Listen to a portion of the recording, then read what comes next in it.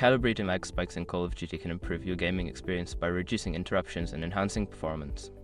Follow these steps to help minimize lag during your gameplay. Step 1. Check your internet connection. Ensure that your internet connection is stable and fast enough for online gaming.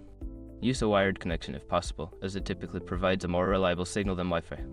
Step 2. Optimize network settings. Access your router settings and prioritize gaming traffic.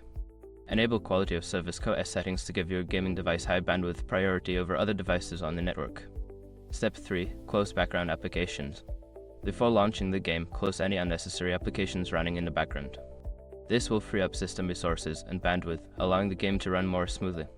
Step 4. Adjust in-game settings. Lower the graphics settings within the game to reduce the load on your system. This can help improve frame rates and reduce lag spikes during intense gameplay. Step 5. Monitor server status. Keep an eye on the game server status and any scheduled maintenance. Lag spikes can often be caused by server issues, so playing during off-peak hours may help reduce lag. By following these steps, you can effectively reduce lag spikes and enhance your overall gaming experience. Enjoy your time in Call of Duty.